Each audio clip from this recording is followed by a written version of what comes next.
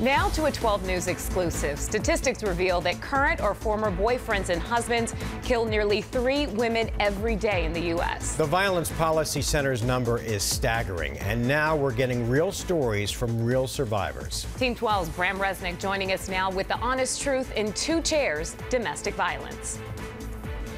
When we think about domestic violence, we think about the often horrific violence that can occur in a relationship.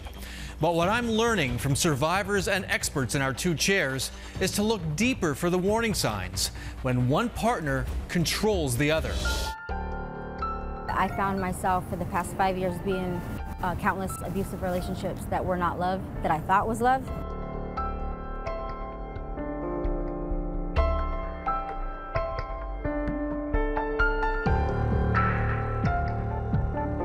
He had poured acid into her hot tub and she smelled the acid before she got in. They will choke somebody out to a point of unconsciousness to make sure they get the message that I can kill you with my bare hands. She would get right in my face and say, "You should have died." She broke a tequila bottle over my forehead.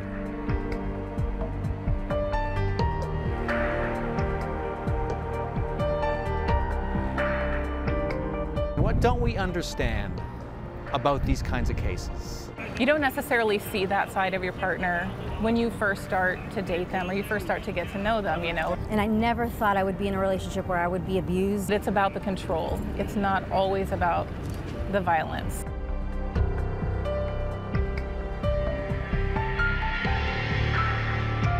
Most of the guys who do this just grow up with a pretty macho kind of understanding of life. Something takes you off. Something takes you off to where you just go too far. If you leave me, I'll kill your pets. I'll kill the kids. I know where your family lives. They have this constant threat hanging over their head. But it's battered syndrome, where it's the fear of the unknown. At least you know what you have there, even though it may have been really, really bad.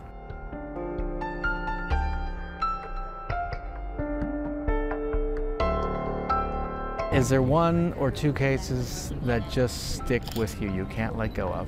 A ex-boyfriend who was using a cell phone app to trace where his ex was. She was with a new boyfriend somewhere, and he hunted him. He hunted them down and shot him right in front of her. When I watched the evening news, I would just hope and pray that I wasn't going to hear a name that I was familiar with, that someone had gone on and done something worse. I'm not afraid of vampires or monsters anymore. People scare me sometimes just because I know what they're capable of. You can go to 12news.com for a complete list of resources on domestic violence, plus interviews with counselors and a prosecutor. Brahm Resnik, 12 News. All right, thanks so much, Brahm. Ahead on 12 News at 5, utterly adorable.